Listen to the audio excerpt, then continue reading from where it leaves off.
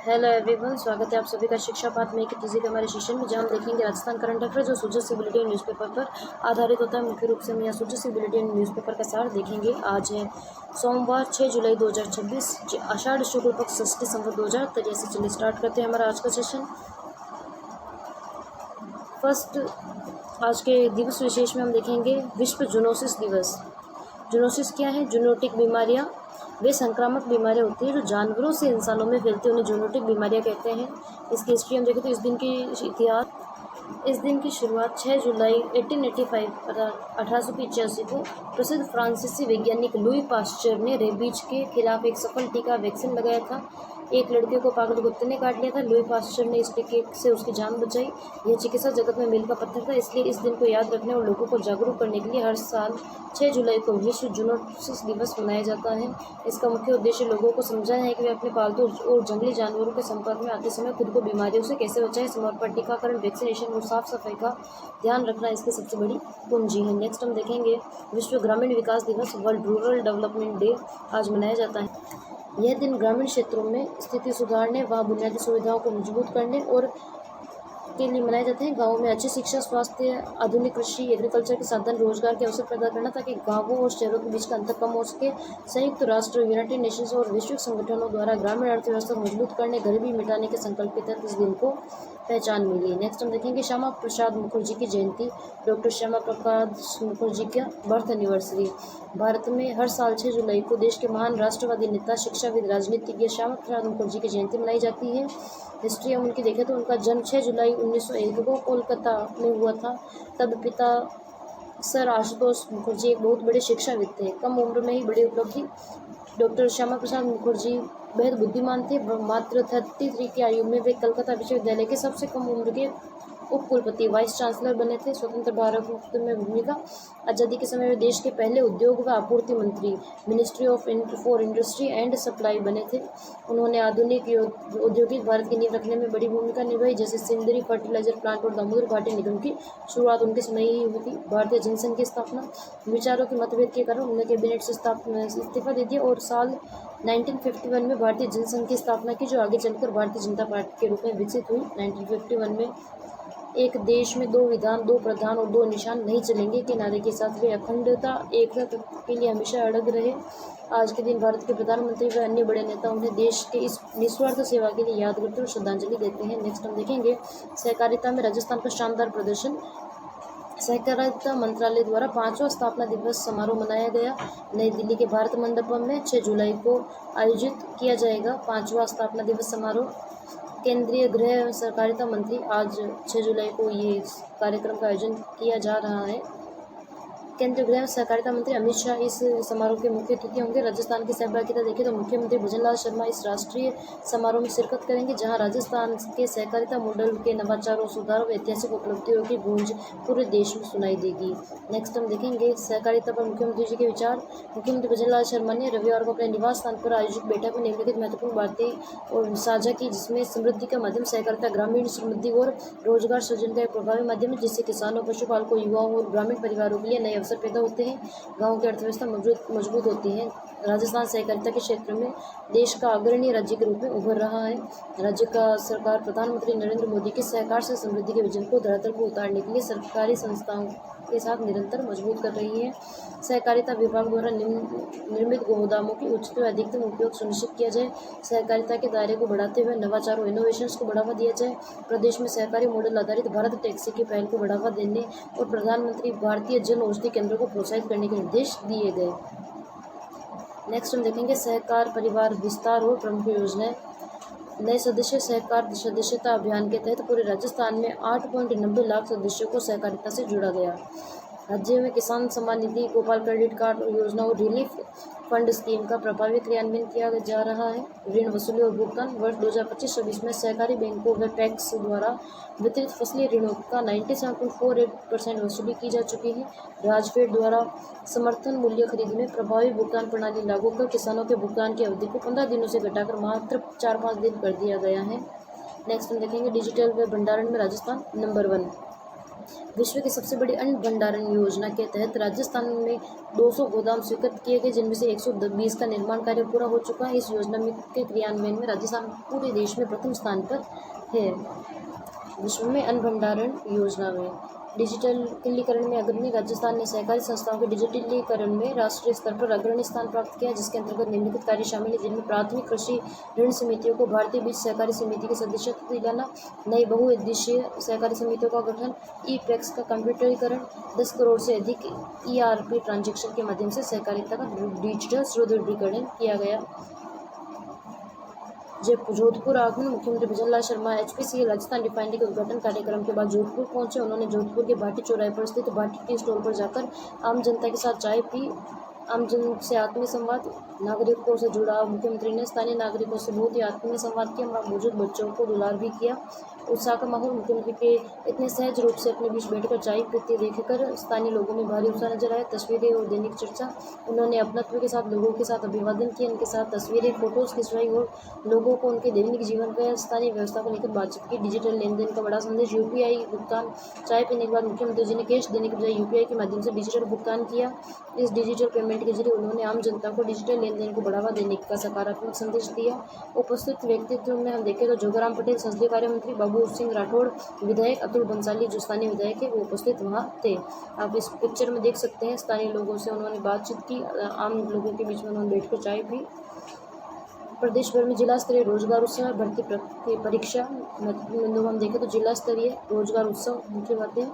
प्रधानमंत्री नरेंद्र मोदी द्वारा बालोतराव के पुष्पद्रा में आयोजित HPCL रिफाइनरी के उद्घाटन तथा विभिन्न विकास परियोजनाओं के लोकार्पण कार्यक्रम का विभिन्न जिलों में सीधा प्रसारण किया गया।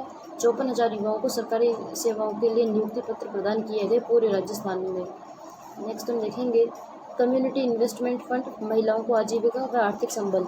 राजीविका के तहत संचालित कम्युनिटी इन्वेस्टमेंट फंड के तहत एक वित्तीय सहायता व्यवस्था है, जिसमें स्वयं सहायता समूह की महिलाओं को छोटे व्यवसाय शुरू करने या विस्तार के लिए आसान दरों पर पूंजी उपलब्ध करवाना, जिससे साहूकारों पर निर्भरता कम हो, आत्मनिर्भर बन सके। लाभ मिलने की प्रक्रिया। यह राशि पहले ग्राम संगठन या क्लस्टर स्तर पर महासंघ को दी जाती है, जहां से पात्र स्वयं सहायता जो सेल्फ हेल्प ग्रुप से उनके सदस्य महिलाओं को उनकी आवश्यकता अनुसार आसान शर्तों पर कम लागत वाली ब्याज दरों पर ऋण मिलता है। उपयोग का क्षेत्र देखें तो डेयरी, पशुपालन, बकरी मुर्गी पालन, कृषि, बागवानी, सिलाई कढ़ाई, किराना, रेडीमेड, चाय नाश्ता, खाद्य प्रसंस्करण, मसाला, पापड़, अचार उत्पादन आदि की लघु उद्योग स्थापित करने में सहायता प्रदान होती है। प्रति स्वयं सहायता समूह प्रारंभिक ऋण है 40,000 से 60,000 तक होता है। महिला की क्षमता व परफॉर्मेंस के आधार पर 2.5 लाख तक बढ़ाई जाती है राशि। नेक्स्ट हम देखेंगे सोशल मीडिया पर ठगों का नया जाल, साइबर अपराध के आंकड़े। जयपुर पुलिस कमिश्नरेट ने साइबर सपोर्ट सेंटर जो CSC है वहाँ पिछले 1 वर्ष 23 मई 2025 से 23 मई 2026 के चौंकाने वाले आंकड़े जारी किए हैं, जिनमें ठगी के तरीके में फर्जी निवेश, trending scheme, UPI fraud, loan app के जरिए शोषण, online gambling, screen sharing apps और प्रोफाइल हैक कर पर्सनल चैट लीक करना। साइबर सपोर्ट सेंटर के प्रमुख आंकड़ों में देखें तो कुल दर्ज मामलों में 2,803 दर्ज मामले हुए हैं। वित्तीय ठगी में 1,350, सोशल मीडिया अपराध 1,453, अकाउंट हैक फर्जी प्रोफाइल के 601, मोबाइल हैकिंग के 202, ऑनलाइन उत्पीड़न वीडियो वायरल के 401, डिजिटल अरेस्ट के 31, बचाव और राहत 1 साल में अपराधियों के 385 बैंक खातों को फ्रीज कराया गया तथा गोल्डन ओवर में सूचना मिलने पर 292 पीड़ितों की ठगी की राशि को बैंक में ब्लॉक करवाई गई। सुरक्षा टिप, किसी भी अनजान के कहने पर फ़ोन में स्क्रीन शेयरिंग डाउनलोड न करें, न ही OTP साझा करें और तुरंत साइबर हेल्पलाइन नंबर 1930 या cybercrime.government.in पर शिकायत कर सकते हैं। आमजन की समस्याओं को मौके पर ही निस्तारण। सेवा शिविरों का आयोजन किया जा रहा है 12 जून से 15 जुलाई 2026 तक, जो मौके पर कार्य करवाए जा रहे हैं। आप स्क्रीनशॉट ले सकते हैं। हमने 3-4 बार भी इसके बारे में चर्चा कर ली है, आप इसका स्क्रीनशॉट ले सकते हैं। जो ग्रामीण सेवा शिविरों के माध्यम से जो कार्य कराए जा रहे हैं और शहरी सेवा शिविरों के माध्यम से जो कार्य करवाए जा रहे हैं, आप स्क्रीनशॉट ले सकते हैं इसका। नेक्स्ट हम देखेंगे स्वदेशी टैक्सी, भारत टैक्सी सेवा के अनोखे ऑफर। सहकारी मॉडल पर आधारित भारत टैक्सी सेवा को लेकर सहकार भवन में आयोजित कार्यशाला में बड़ी घोषणा है, जिनमें नो कैंसिलेशन चार्ज, बुकिंग को किसी भी कारण कैंसिल करने पर ग्राहक से कोई कैंसिलेशन चार्ज नहीं लिया जाएगा। पहली राइड पर आइसक्रीम, उपभोक्ताओं को पहली राइड बुक करने पर आइसक्रीम का कूपन जारी किया जाएगा, इससे ऑनलाइन मंगवाया जा सकेगा। कम किराया, नोडल अधिकारी भूमाराम के अनुसार भारत टैक्सी सेवा किराया अन्य सेवा प्रदाताओं की तुलना में 10% तक कम है। नेक्स्ट हम देखेंगे खाद्य पदार्थों में मिलावट, हाईकोर्ट सख्त, दूध में मिलावट की जांच। हाईकोर्ट ने राज्य सरकार को निर्देश दिए कि सरस, अमूल, लोटस, मदर डेयरी और अन्य एजेंसियां दूध उत्पादों में मिलावट रोकने के लिए क्या कदम उठा रही है, इसका पता लगाया जाए। दूषित पानी से खेती पर फोकस, राज्य प्रदूषण नियंत्रण मंडल से देश भर में गंदे पानी से होने वाली खेती सब्जियां रोकने के लिए कार्यवाही करे और FIR की जानकारी मांगी। कोर्ट ने आदेश दिया है कि गंदे पानी से खेती को लेकर FIR दर्ज करने का आदेश केवल जयपुर तक सीमित न रहकर पूरे प्रदेश में लागू किया जाना चाहिए। PM सूर्यघर योजना, 3 लाख घरों को मुफ्त सोलर रूफटॉप। जयपुर डिस्कॉम में आगामी सितंबर या में नया utility land aggregation model launch करने जा रहा है। नया utility land aggregation model PM Surya Ghar योजना के तहत जिनमें 100 यूनिट तक मासिक खपत वाले उपभोक्ताओं को दायरे में लाया जाएगा। योजना का गणित हम देखें तो इसके तहत डिस्कॉम उपभोक्ताओं के घरों पर 1.1 किलोवाट क्षमता का सोलर रूफटॉप निःशुल्क लगाएगा। लागत और वहन में देखें तो प्रति सोलर स्थापना पर 60,000 की लागत आएगी, जिसमें 33,000 PM सूर्यघर योजना तथा 27,000 डिस्कॉम वहन करेगा। तीनों बिजली कंपनियों के अधिक कुल 3 लाख रूफटॉप स्थापित होंगे, जिस पर 600 करोड़ से अधिक का खर्च आएगा। अकेले जयपुर में 10,000 सोलर रूफटॉप स्थापित किए जाएंगे। जयपुर डिस्कॉम के अंतर्गत ये कार्य किए जाएंगे।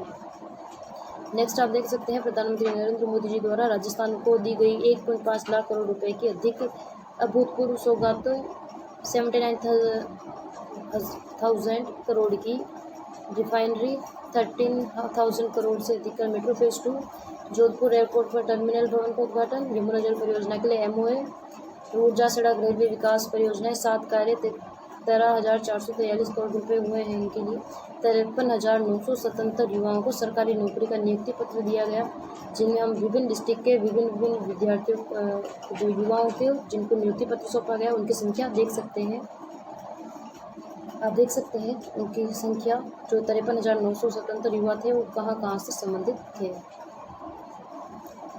नेक्स्ट हम देखेंगे डॉक्टर वीणा आचार्य को चिकित्सा रत्न सम्मान। वीणा आचार्य को इंडियन मेडिकल एसोसिएशन IMA द्वारा साउथ दिल्ली की ओर से डॉक्टर्स डे सेलिब्रेशन अवार्ड 2026 समारोह आयोजित किया गया। जयपुर के वरिष्ठ स्त्री प्रसूति रोग विशेषज्ञ वीणा आचार्य को चिकित्सा जगत में उनके योगदान व संवेदनशील रोगी देखभाल के लिए चिकित्सा रत्न सम्मान से नवाजा गया।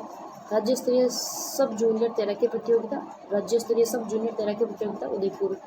जनरल चैंपियनशिप विजेता में जयपुर रहा है। टोटल जनरल चैंपियनशिप विजेता कुल 187 अंक उसने जयपुर में जीते हैं।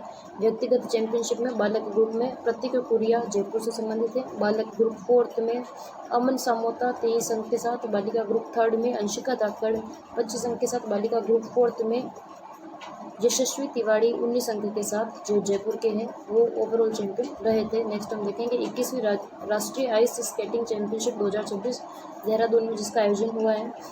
ट्विशा को रजत। गुलाबी नगरी की फिगर स्केटर ट्विशा शारदा ने शानदार प्रदर्शन करते हुए रजत पदक सिल्वर मेडल अपने नाम किया है।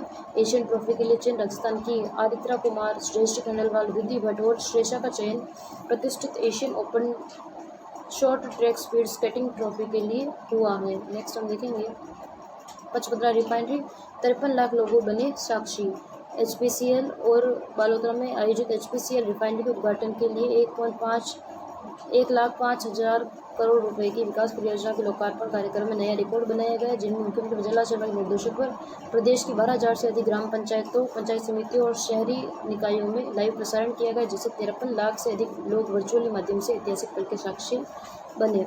फुटबॉल में अंतर्राष्ट्रीय नेतृत्व निम्बेड़ा मेवाड़ के फुटबॉल खिलाड़ी अजीम तारिक फ्रांस की राजधानी पेरिस में शुरू हो रहे special Olympic unified football world cup 2026 special Olympic unified football world cup 2026 में भारतीय पुरुष टीम की कप्तानी संभालेंगे अजीम तारिक, जो कि निम्बेड़ा मेवाड़ के रहने वाले, निम्बेड़ा चित्तौड़गढ़ के रहने वाले हैं। नेक्स्ट हम देखेंगे तैराकी में अंशिका का कमाल। चित्तौड़गढ़ के सीतामाता अभ्यारण्य क्षेत्र के गांव जयसिंहपुरा के रहने वाली साधारण किसान परिवार की बेटी अंशिका धाकड़ ने उदयपुर में आयोजित सब जूनियर अंडर 14 राज्य स्तरीय तैराकी प्रतियोगिता में 5 स्वर्ण पदक जीतकर बेस्ट स्विमर का खिताब जीता है। उन्होंने ये पदक 100 मीटर, 200 मीटर फ्री स्टाइल तथा 100 मीटर बटरफ्लाई और 200 मीटर इंडिविजुअल मेडल में जीते हैं अंशिका धाकड़ ने। नेक्स्ट हम देखेंगे शख्सियत एक समान सम्मान समारोह। राजस्थान पत्रिका की ओर से जो सम्मान समारोह का आयोजन किया गया उदयपुर में, पंजाब के राज्यपाल चंडीगढ़ के प्रशासक गुलाब चंद कटारिया मुख्य अतिथि थे। कटारिया ने पत्रिका के संस्थापक कपूर चंद पुलिस जी की लेखनी की सराहना करते हुए कहा कि उनकी लेखनी का सब लोहा मानते हैं। उन्होंने निस्वार्थ भाव से समाज सेवा करने वाले उन गुलाम लोगों को सम्मानित करने के पवित्र प्रयास की सराहना की जिन्हें समाज में कोई जानता नहीं है। नेक्स्ट हम देखेंगे विशेष रिपोर्ट राजस्थान में पानी का संकट और ODF के दावों पर सवाल। आर्थिक समीक्षा 2025-26 एवं स्वच्छता संबंधी उपलब्ध आंकड़ों के अनुसार राजस्थान में खुले में शौच मुक्त ODF घोषित किए जाने के बावजूद जमीनी हकीकत चुनौतीपूर्ण है। खुले में शौच की स्थिति देखें तो प्रदेश में अभी भी 28% लोग खुले में शौच करते हैं। ग्रामीण क्षेत्रों में 22% और शहरी क्षेत्रों में 6%। इसमें पाए जाने वाले लोगों में 15% महिलाएं और 13% पुरुष हैं। पानी का संकट राज्य के पश्चिमी व दक्षिणी हिस्से 9 जिलों में सबसे हालत गंभीर है, जहां पानी की कमी के कारण शौचालय उपयोग से बाहर है। हर 5वां परिवार जल संकट से प्रभावित है। सिंगल पिट डिजाइन की मुसीबत। ग्रामीण इलाकों में गाइडलाइन ट्विन पिट यानी 2 गड्ढे के विपरीत सिंगल पिट 1 गड्ढे वाले शौचालय बना दी, जो कुछ ही महीनों में भर जाते हैं, जिन्हें खाली कराने का खर्च 3000 से 5000 आता है, जिन्हें ग्रामीण वहन नहीं कर पाते। शौचालय के इस्तेमाल में जिलों की स्थिति देखें तो शीर्ष 10 जिले अधिक इस्तेमाल में जयपुर, कोटा, अजमेर, झुंझुनू, सीकर, श्रीगंगानगर, हनुमानगढ़, अलवर, भीलवाड़ा और उदयपुर है। निचले पायदान पर हम देखें सबसे कम इस्तेमाल में बाड़मेर, जैसलमेर, जालौर, जोधपुर, बीकानेर, डूंगरपुर, बांसवाड़ा, सिरोही, प्रतापगढ़ सबसे कम शौचालय उपयोग में शामिल है। नेक्स्ट हम देखेंगे सहकारिता पर विशेष फोकस मुकुंदरा टनल का कार्य। सहकारिता की बैठक आयोजित की गई। मुख्यमंत्री भजनलाल शर्मा ने ग्रामीण अर्थव्यवस्था को नई ताकत बताया है। गोदामों के अधिकतम उपयोग, सहकारी मॉडल आधारित भारत टैक्सी सेवा और जन औषधि केंद्रों को बढ़ावा देने के निर्देश दिए हैं। अन्न भंडारण योजना के तहत राज्य में 200 गोदाम स्वीकृत हैं, जिनमें से 120 का निर्माण कार्य पूरा हो चुका है। राजस्थान की इस योजना का क्रियान्वयन में देश में प्रथम स्थान है। मुकुंदरा टनल परियोजना दिल्ली मुंबई एक्सप्रेसवे के हिस्से के रूप में 8 किलोमीटर की लंबी टनल के इस कार्य को सुरक्षा, तकनीकी, पर्यावरणीय मानकों से समझौता किए बिना जल्द पूरा करने के निर्देश मुख्यमंत्री जी ने दिए हैं। खेतों में केमिकल कल्चर बरकरार, प्राकृतिक खेतों से जमीनी हकीकत। नहरी इलाकों कोटा, श्रीगंगानगर, उदयपुर संभाग में रासायनिक खाद का सर्वाधिक उपयोग जारी है। राज्य में 1% किसान भी पूरी तरह से प्राकृतिक व जैविक खेती नहीं अपना पाए हैं। राज्य में प्राकृतिक खेती के उत्पादों के लिए 510 किसान ही सर्टिफाइड है। राष्ट्रीय प्राकृतिक खेती मिशन NMNF 25 नवंबर 2024 को केंद्रीय मंत्रिमंडल द्वारा 2481 करोड़ रुपए परिव्यय के साथ मंजूर। इस केंद्र प्रायोजित योजना के तहत देश भर में 8.80 लाख हेक्टेयर क्षेत्र को कवर करते हुए 18,786 क्लस्टर बनाए गए थे। राजस्थान में मिशन का आंकड़ा हम देखें तो 41 जिलों में 434 क्लस्टर बनाए गए हैं, जिनमें सर्वाधिक 15 क्लस्टर बाड़मेर में है। एक क्लस्टर में 125 किसान शामिल है। योजना के तहत राजस्थान में 21,340 किसान पंजीकृत हैं। राष्ट्रीय प्राकृतिक खेती मिशन के तहत इसके तहत 21,700 हेक्टेयर भूमि में प्राकृतिक खेती के लिए चयनित की गई। योजना में वित्तीय प्रावधान प्राकृतिक खेती के उत्पादों को प्रमाणीकरण के लिए वर्ष 2025-26 से किसानों को 4,000 प्रति किसान प्रति एकड़ अधिकतम 1 एकड़ तक वित्तीय प्रोत्साहन देने का प्रावधान है। नेक्स्ट हम देखेंगे आज जूनोसिस दिवस मनाया जा रहा है, उसी के संबंध में जानवरों से इंसानों में फैलने वाली बीमारियों में रेबीज सबसे प्रमुख और खतरनाक है। प्रदेश में औसतन 1,100 से अधिक लोग प्रतिदिन कुत्तों के काटने या डॉग बाइट का शिकार हो रहे हैं। राजस्थान में 1100 प्रतिदिन कुत्ते के काटने के शिकार हो रहे हैं। जोधपुर शहर में प्रतिदिन 150 मामले सामने आ रहे हैं। 2024-25 के दौरान राज्य में 4.22 लाख से अधिक डॉग बाइट के मामले दर्ज हुए हैं। वहीं अप्रैल 2024 में से नवंबर 2025 के 18 महीनों में यह आंकड़ा 6.7 लाख पार कर गया है। हर महीने लगभग 5000 नए मरीज एंटी रेबीज वैक्सीन के लिए अस्पतालों में पहुंच रहे। कानूनी कदम। राजस्थान सरकार ने राजस्थान एपिडेमिक डिजीज रेबीज के रेगुलेशन 2024 लागू किया, जिसके तहत मामलों की मॉनिटरिंग और रिपोर्टिंग अनिवार्य की गई। रेबीज से बचाव के उपाय देखें तो कुत्ता या कोई अन्य जानवर काटे तो घाव को तुरंत 15 मिनट तक साबुन और पानी से धोए और बिना समय गवाए चिकित्सक के संपर्क कर एंटी रेबीज वैक्सीनेशन लेना चाहिए। नेक्स्ट हम देखेंगे पुष्कर का देशी जामुन डायबिटीज कंट्रोल के नई औषधि। अजमेर के पुष्कर का देसी जामुन और उसकी गुठली का पाउडर देश के शहरों में सूरत, अहमदाबाद, मुंबई, दिल्ली आदि में ऑर्गेनिक उत्पाद के रूप में बेचा जा रहा है। आयुर्वेद विशेषज्ञ इसे ब्लड शुगर, डायबिटीज़ का नियंत्रण में अचूक मानते हैं। प्रोसेसिंग से लाभ। खेरखड़ी रोग स्थित प्रोसेसिंग यूनिट के वेद प्रकाश पालेरिया के अनुसार जामुन की चिप्स, जूस, शरबत, आइसक्रीम तैयार की जा रही है। 1 किलोग्राम जामुन की चिप्स का भाव 1500 से 1600 है। इस क्षेत्र में करीब 5000 किसान जामुन की खेती से जुड़े हैं। जामुन में vitamin C, iron, calcium, potassium, fibre, antioxidant प्रचुर मात्रा में होते हैं जो रोग की प्रतिरोधक क्षमता बढ़ाने और पाचन तंत्र को दुरुस्त करने में कारगर होते हैं। नेक्स्ट हम देखेंगे महाराजा जसवंत सिंह द्वितीय की प्रतिमा का अनावरण। जोधपुर के जय नारायण विश्वविद्यालय परिसर ओल्ड कैंपस में महाराजा जसवंत सिंह द्वितीय की पंचधातु निर्मित प्रतिमा का अनावरण किया गया।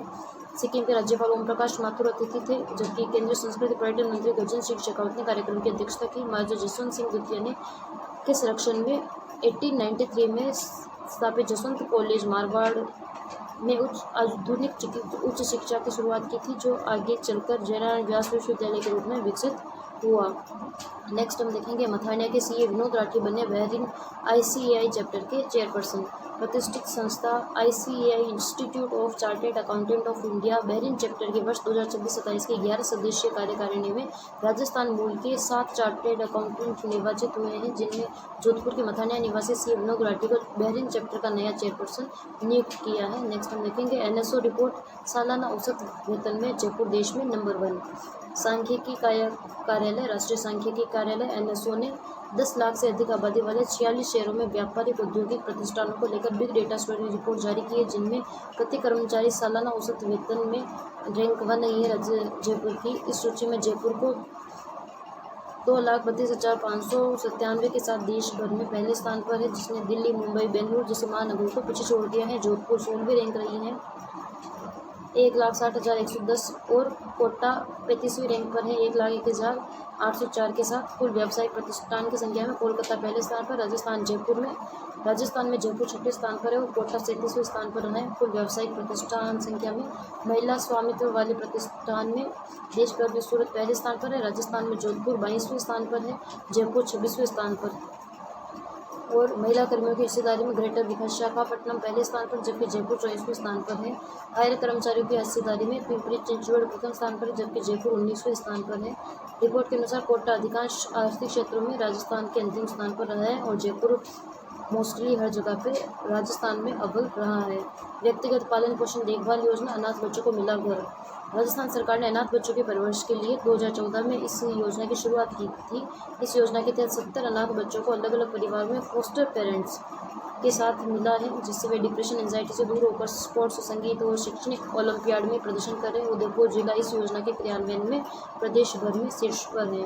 फोस्टर पेरेंट्स बनने की पात्रता में हम देखें तो आवेदक की राजस्थान का मूल निवासी, आयकर देता होनी चाहिए, भावी माता पिता की न्यूनतम आयु 35 वर्ष या 65 वर्ष से अधिक नहीं होनी चाहिए, दोनों की संयुक्त आयु 120 होनी चाहिए, आवेदक पूरी तरह से स्वस्थ होना चाहिए, कोई भी आपराधिक रिकॉर्ड नहीं होना चाहिए, कोई भी एकल पुरुष बालिका को गोद लेने के लिए पात्र नहीं। वित्तीय सहायता में देखें तो बच्चे को 18 साल की उम्र तक परिवार के साथ रखा जाता है और सरकार द्वारा उनके पालन पोषण के लिए 4000 प्रति महीने दिए जाते हैं। नेक्स्ट हम देखेंगे Miss Earth India national audience में जयपुर में संपन्न।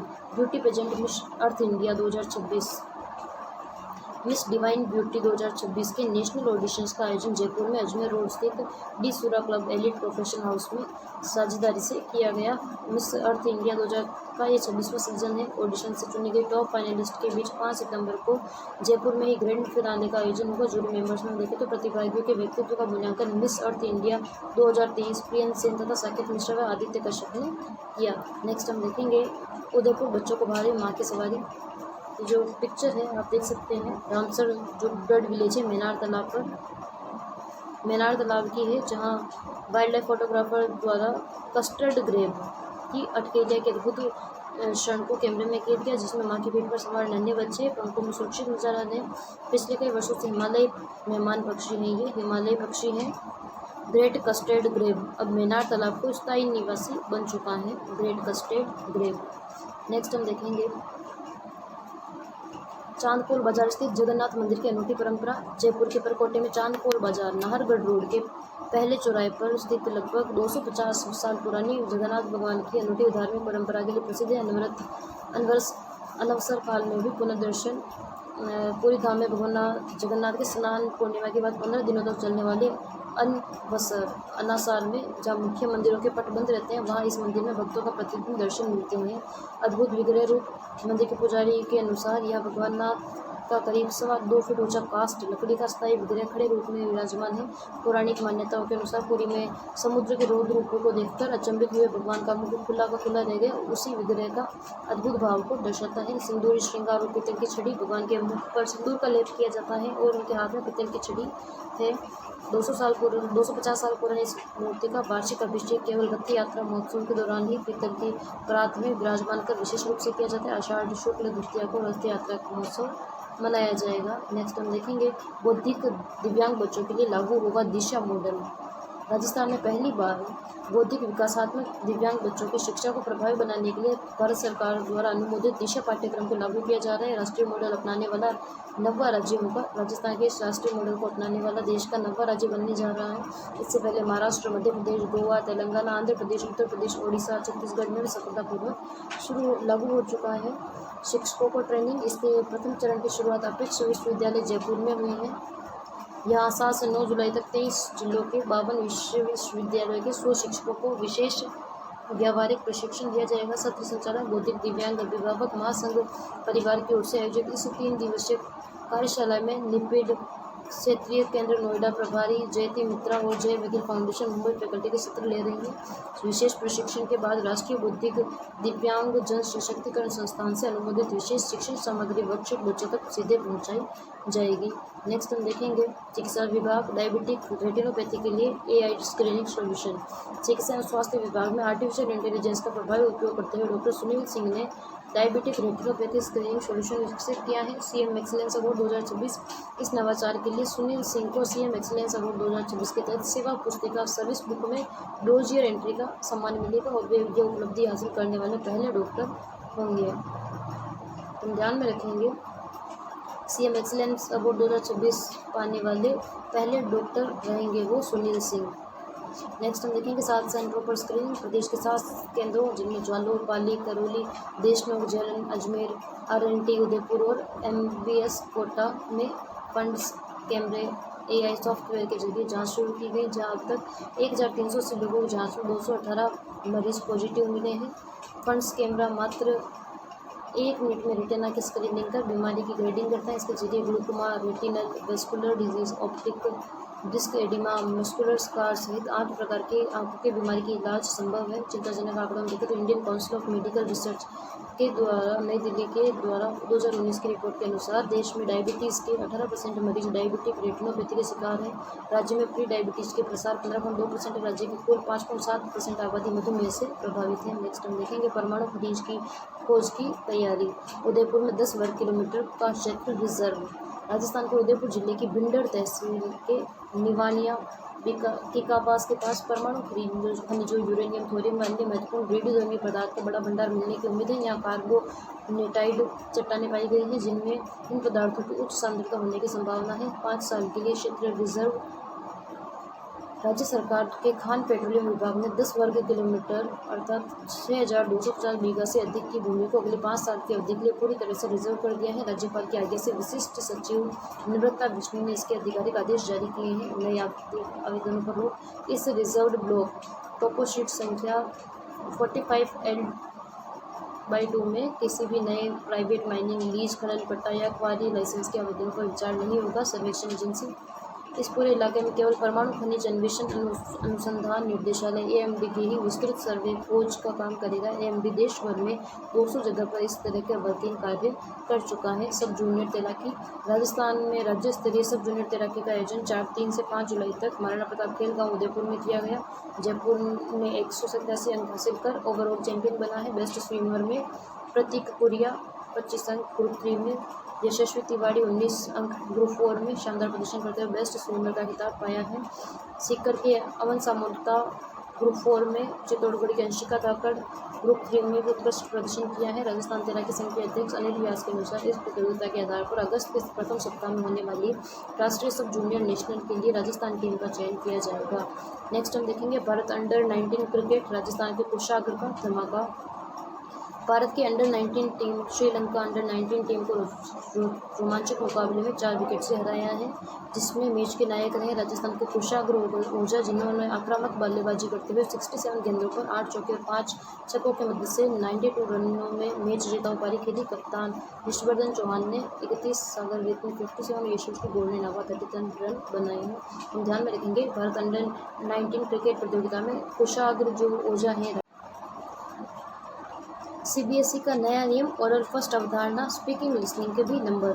सीबीएसई ने बोर्ड ने राजस्थान राष्ट्रीय शिक्षा नीति एनईपी 2020 के तहत शैक्षणिक सत्र 2026-27 से 9वीं के लिए तीसरी भाषा का नया मूल्यांकन ढांचा जारी किया, जिसमें ओरल फर्स्ट अवधारणा और भाषा सीखने की क्षमता को सिर्फ लिखित नहीं बल्कि विद्यार्थियों को सुनने बोलने के हुनर कम्युनिकेशन स्किल से परखा जाएगा। विद्यार्थी की पहले भाषा को सुनना बोलना सीखेंगे, फिर उसे बाद में लिखना और पढ़ना सीखेंगे। बैच के अनुसार नियम लागू होना।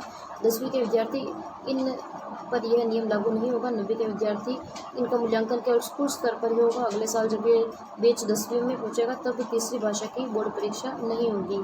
7वीं 8वीं के लिए भी यह व्यवस्था रहेगी। तीसरी भाषा के विकल्प कक्षा 9 में विद्यार्थियों को 3 भाषाएं R1, R2, R3 पढ़नी होगी, जिनमें कम से कम 2 भारतीय भाषा अनिवार्य है। यदि पहली व दूसरी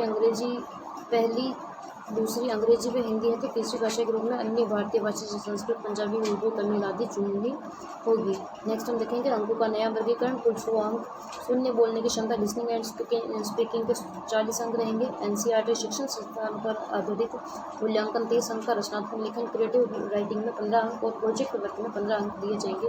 क्लासरूम एक्टिविटी नियम 40 अंकों के लिए स्कूलों को साल भर में 8 एक्टिविटीज़ करानी होगी। प्रत्येक के 5 अंक होंगे। इनमें से मुख्य रूप से अपना परिचय देना, किसी चित्र स्थान का वर्णन करना, कहानी दोबारा सुनना, डिबेट, रोल प्ले तथा मौखिक प्रस्तुति प्रेजेंटेशन देना शामिल है। प्रोजेक्ट में सजावट पर नंबर नहीं मिलेंगे बल्कि सटीक जानकारी जुटाने पर मिलेंगे। स्कूलों में प्रति सेक्शन 50 से 60 विद्यार्थी होने के कारण मूल्यांकन शिक्षकों के लिए एक चुनौती होगी, जिसके लिए उन्हें ट्रेनिंग दी जाएगी। आज का सेशन हमारा ये समाप्त होता है। प्लीज़ लाइक कीजिए, शेयर कीजिए एंड सब्सक्राइब कीजिए। Thank you so much. अगर आपको हमारे सेशन के PDF की आवश्यकता है तो आप हमें QR कोड स्कैन करके टेलीग्राम पर मैसेज कर सकते हैं, जहां आपको उस चैनल में जोड़ दिया जाएगा जहां ये PDF अवेलेबल करवाई जाती है। Thank you so much.